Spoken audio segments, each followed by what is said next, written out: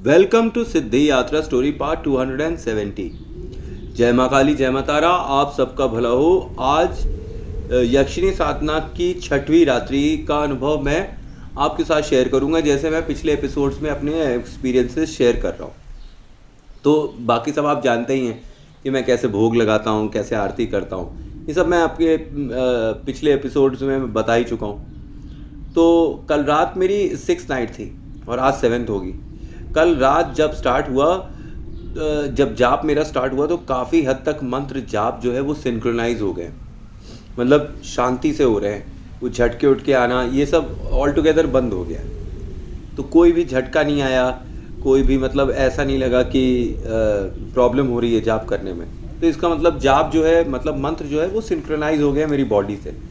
और मेरी बैकबोन भी जो है, मतलब कि रीढ़ की हड्डी, वो भी एकदम स्ट्रेट होकर ही पूरे जाप में हो रही है। कोई भी हंच नहीं आ रहा है बीच बीच में। तो जैसे कि हम करते हैं ना जब मंत्र जाप, तो हंच हो जाते हैं, तो स्ट्रेट रखनी चाहिए ज़्यादातर स्पाइन, वही सही रहता है। तो मैं बार बार हार्ट चक्र से मंत्र को जो है अपने आज्ञा चक्र पर ले जाकर छोड़ रहा था। तो ऐसा करते हैं जब सिद्धि होती है तभी, मतलब कि अगर आज्ञा चक्र एक्टिव नहीं होगा तो सिद्धि होगी कैसे, कैसे आप देखेंगे, दिव्य दृष्टि आपकी कैसे खुलेगी। तो पीठ और गले पर कई एंड्स जैसी चीज़ें, जैसे झुंझुनी जैसी होती है, वो चलती है छोटी छोटी, वो चल रही थी। पर गॉड फॉरबिड उन्होंने एक बार भी काटा नहीं। जैसे मेरे पैरों पे चकत्ते हो जाते हैं रेड रेड कलर के, वो उस तरह की कोई सिचुएशन नहीं है। तो 7 माला के पश्चात ही शरीर कुछ हल्का होने लगा और एक तरफ मैं मंत्र बोल रहा था, दूसरी तरफ दरवाज़ा खुलने की अचानक से आवाज़ आई। रात के करीब 3:30 या 3:45 ही हो रहे हो। मैंने जैसे ही दरवाज़ा खुलने की आवाज़ आई, मैं मन ही मन कामना करने लगा कि ये यक्षिणी माता ही हो।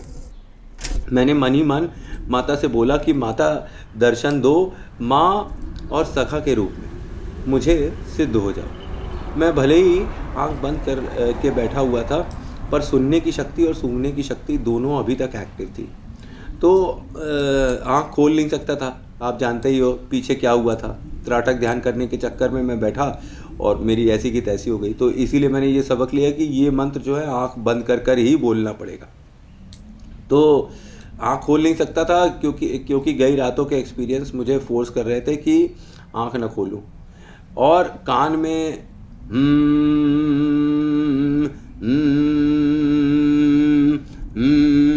जैसे वो तिब्बतियन मॉन्क्स नहीं करते हैं, वैसी वाइब्रेशंस सुनाई पड़ रही थी। और सिर पर एक ब्राइट लाइट, मतलब मेरे जो माथे है उसके ऊपर एक ब्राइट वाइट लाइट फ्लैश हुई और मुझे लगा हवन की अग्नि है। पर बाद में ऐसा नहीं था, क्योंकि जब मेरा मंत्र जाप खत्म हो तो मैंने देखा हवन की कोई अग्नि प्रज्वलित नहीं थी और दिया जल रहा। ये लाइट मुझे गहरे ध्यान की तरफ ले जा रही थी और ऐसा लगा कि मैं किसी टनल की तरफ चला जा रहा हूँ दौड़ते हुए। तो एक मतलब कोई जगह से दूसरी जगह जा रहे हैं और वो कोई गुफा है जिसके एंड में एक ब्राइट वाइट लाइट है जिसे मैं फॉलो कर रहा हूँ। ऐसा लगा कि मुझे थोड़ी सी बेहोशी आने लगी, मैं गश खाकर गिर जाऊँगा। मैंने हद से ज़्यादा नग्नता देखी जब मैं लाइट के उस पार पहुँचा। मैंने अपने मंदिर में नहीं था, मैं किसी और ही पुराने मंदिर में था, बहुत पुराने मंदिर में। और वहाँ मैंने हद से ज़्यादा नग्नता देखी। मैंने देखा कि एक प्राचीन मंदिर है जहाँ यंग एंड ओल्ड फीमेल्स थीं और वहाँ कई मेल साधक जैसे भी थे, क्योंकि दे वर ऑल चैंटिंग एंड मतलब आवाज़ ही आवाज़ थी, अलग अलग तरीके की आवाज़ थी। और वो सब इंटीमेट होने की कोशिश कर रही थी। कुछ हो रहे थे, कुछ नहीं हो रहे थे, पर सारे जैसे जो साधक थे वहाँ पे कई, तो वो अपनी साधना में लीन थे, ऐसे जैसे कि पत्थर। वो भले ही सब लेडीज़ आसपास घूम रही थी और सारे मंदिर में ऐसा लग रहा था कि जैसे वासना की चीत्कार हो रही है। ऐसा दृश्य जो बताया नहीं जा सकता, बहुत ही शर्मनाक है। तभी एक लेडी मेरे पास आई और मना करने पर भी उसने कुछ ऐसा किया कि मैं शर्मा गया। मैंने माता का मंत्र बोलने की कोशिश करी, पर वो लेडी ने मेरा गला पकड़ लिया और आवाज़ मेरे गले से निकल ही नहीं पा रही थी और मेरा दम घुटने जैसे लगा। उसने गुर्रा कर बोला, क्यों आया है यहाँ, निकल जा यहाँ से। ये कहकर उसने मेरा पूरा शरीर हवा में टांग दिया। और मेरे मुंह से निकला अहम मातु क्रोड़ी आसमी, ऐसे कर कर निकला। और हाथ से मेरी जो माला में जाप कर रहा था वो चौकी पर गिर गई। और पर चौकी पर गिरने से ये रहता है फ़ायदा कि आपकी माला और पूजा खंडित नहीं होती है। यही चीज़ अगर ज़मीन पर हो जाती तो पूरी पूजा ख़राब हो जाती और माला भी ख़राब हो जाती। फिर से उसको स्टार्ट करना पड़ता, सारी जाप धरती माता ले जाती। और मेरी आँख खुली और मैंने महसूस किया जैसे किसी ने मेरे प्राइवेट पार्ट्स पर लात मार दिया है। और मैं लगभग तड़पते हुए बाकी की माला और हवन कंप्लीट किया। पर इस बार सुरक्षा घेरे के बाहर उस तरह की कोई ह्यूमिलिएटिंग प्रॉब्लम नहीं हुई कि टॉयलेट भागना है, ये सब ये नहीं हुआ। हाँ, सपने में जो हुआ उससे ये हुआ भाई, जो हुआ मैंने बता दिया। और इसीलिए मैं सोचता हूँ कि ये साधना माताओं और बहनों के लिए बिल्कुल नहीं है, क्योंकि इस साधना में बार बार जो है मतलब एक अलग ही तरीके का जोश, एक अलग ही तरीके का दिमाग बनाने की कोशिश करता है ये साधना।